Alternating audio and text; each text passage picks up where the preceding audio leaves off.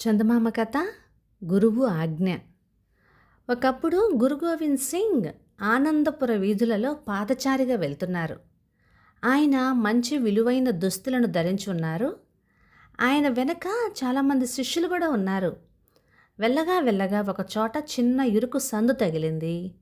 ఆ సందులో ఒక తాపీ మేస్త్రి ఒక ఇంటి పైన ఉండి మరమ్మతులు చేస్తూ ఉన్నాడు.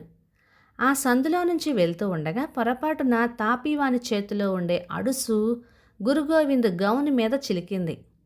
ఆ మటున గురువు వెంటనున్న శిష్యులకు చుర్రుమని కోపం వచ్చింది. ఏమిరా, దారి వెంట పోయే మనుషుల్ని చూసుకోవా, నీకింత పొగరా అంటూ తిట్టిపోశారు. గురుగోవింద్ కూడా వెనక్కి తిరిగి చూశాడు. మేస్త్రి అడుసుతో పనిచేస్తూ కనిపించాడు. అప్పుడు గురుగోవింద్ తన వెంటనున్న శిష్యులతో, వాణ్ణి ఒక లెంపకాయ వేయండి అన్నాడు ఆజ్ఞాపూర్వకంగా.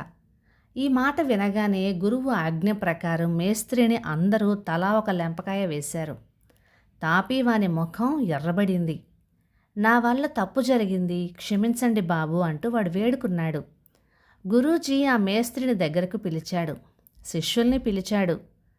అబ్బాయిలు, నేను అతన్ని ఒక్క లెంపకాయ కదా కొట్టమన్నాను, అటువంటిది మీరంతా కలిసి ఎందుకు వాణ్ణి చావ మోదారు అని అడిగాడు ఆయన.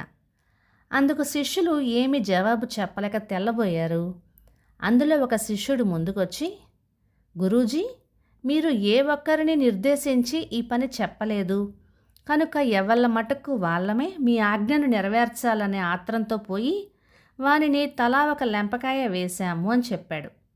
ఈ మాట వినగానే గురుగోవిందు ఆ తాపీ మేస్త్రిని బుజ్జగించి, నాయనా, నీకు పెళ్ళయిందా అని ప్రశ్నించాడు. లేదు అన్నాడు వాడు.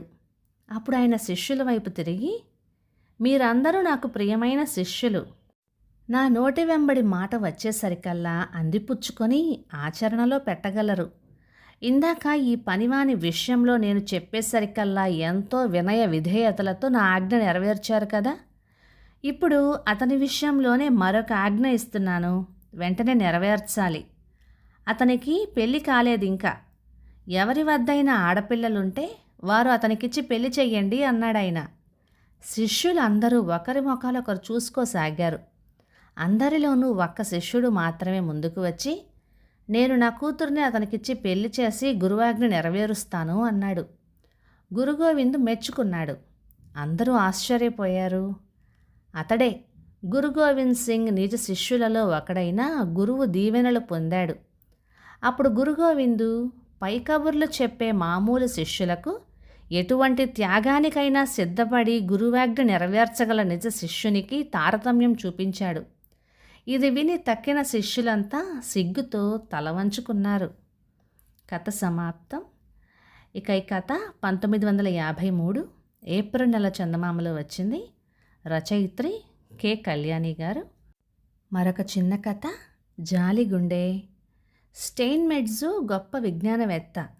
ఆయన పరిశోధన చేసి గొప్ప గొప్ప విషయాలు ఎన్నో కనిపెట్టాడు. ఆయన ఉండే దేశంలో చలి ఎక్కువ. చలిలోనూ ఇంత అంతా కాదు, ఎక్కడెక్కడున్న నీరు తెల్లవారి చూసుకునేసరికల్లా గడ్డగట్టిపోయి ఉండేది. అందుచేతనే ఆయన పరిశోధనలు చేసుకునే గదిలో ఒక పెద్ద గాడిపొయ్యి వంటిది తవ్వించి దానిలో పొద్దుటే నిప్పు రగిల్చి ఆ మంట దగ్గర కూర్చుని తన పని చూసుకుంటూ ఉండేవాడాయన. పొద్దుటే నిప్పు సులభంగా అంటుకోవటానికని అనుకూలంగా ఆయన రాత్రి పడుకోబోయే ముందుగా చిత్తు కాగితాలు, పాత గొడ్డ పీలికలు అవి ఆ పొయ్యిలో వేసి సిద్ధంగా ఉంచేవాడు. ఇది అతనికి ఒక అలవాటు. ఒకనాటి ఉదయం అతడు మామూలుగా లేచి పొయ్యిలో నిప్పు రాజేద్దామని అగ్గిపెట్టె పుచ్చుకొని వెళ్ళాడు. పుల్ల వెలిగించి అంటించడానికి అని వంగాడు. కానీ ఎందుచేతనో పుల్ల వెలిగిన వెంటనే చెయ్యి వెనక్కి లాగేసుకొని పుల్లకు వెలుగుతూ ఉన్న మంటను ఉఫ్ఫమని ఊది అక్కడి నుంచి వెళ్ళిపోయాడు. ఆ వేళ రోజు కన్నా చలి ఎక్కువగా ఉండి ఒళ్ళంతా పిడచకట్టుకుపోతోంది. చలి దేశాలలో వాళ్ళు కాళ్ళకి ఊలుతో తయారైన మేజోళ్ళు, చేతివేళ్లకు ఉన్ని తొడుగులు తొడుక్కుంటారు. ఒంటికి స్వెట్టర్లు, పైన ముతకగా ఉండే కోట్లు వేసుకుంటారు. చలిబాధ తప్పించుకోగల సాధనాలన్నీ చేస్తారు. స్టెయిన్మెట్జు అవన్నీ వేసుకునే ఉన్నాడు. అయినా చలి వణికించేస్తోంది. పెద్ద రగ్గు ఒకటి కప్పుకొని కాగితం మీద రాసుకోవటం ప్రారంభించాడు. చలి మూలాన అతని చేతులు వణుకుతూ అక్షరాలు వంకర టింకరగా వచ్చి చివరకు అది ఆయన వ్రాత అవునా కాదా అనే సంశయాన్ని కూడా కలుగజేస్తోంది. ఆ సమయంలో స్నేహితుడొకడు స్టెయిన్ మెడ్జున్ చూడ్డానికని వచ్చాడు.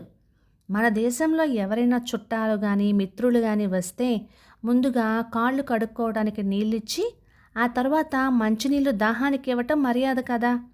చలిదేశంలో మర్యాద ఏమిటంటే పొయ్యి మంటలో మరొక చెక్కపేడు వేయడం అన్నమాట. ఉష్ణాన్ని ఎక్కువ చేసి వచ్చిన అతిథిని చలి కాసుకోమంటారు.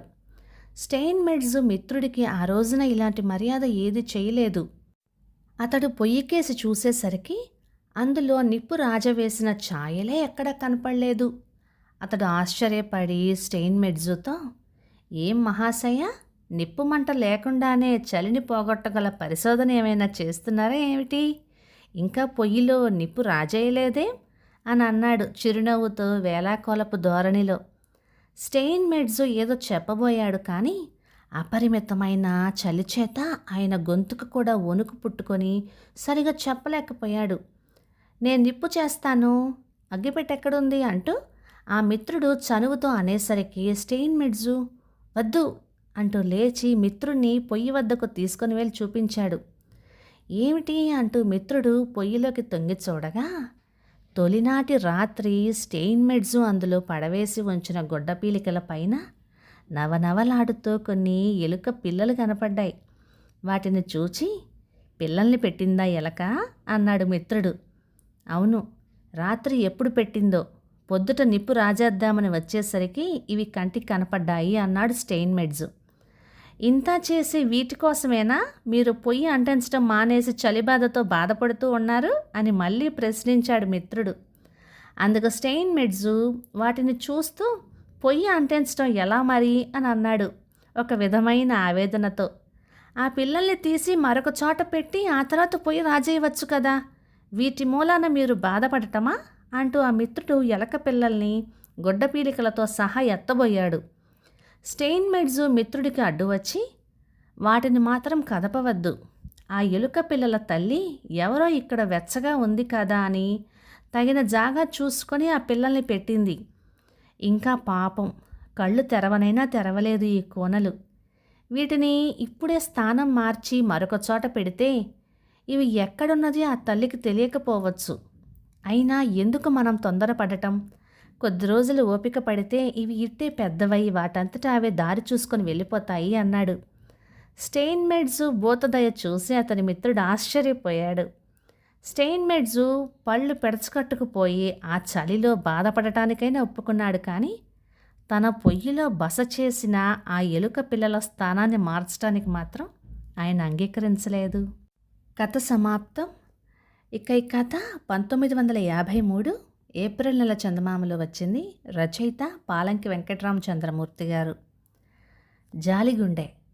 మరీ ఇంత జాలిగుండె కలవాళ్ళు ఉంటారా? ఉంటారు, అరుదుగా. అందుకే కదా మనం ఇలా ప్రత్యేకంగా కథగా చెప్పుకుంటున్నాము.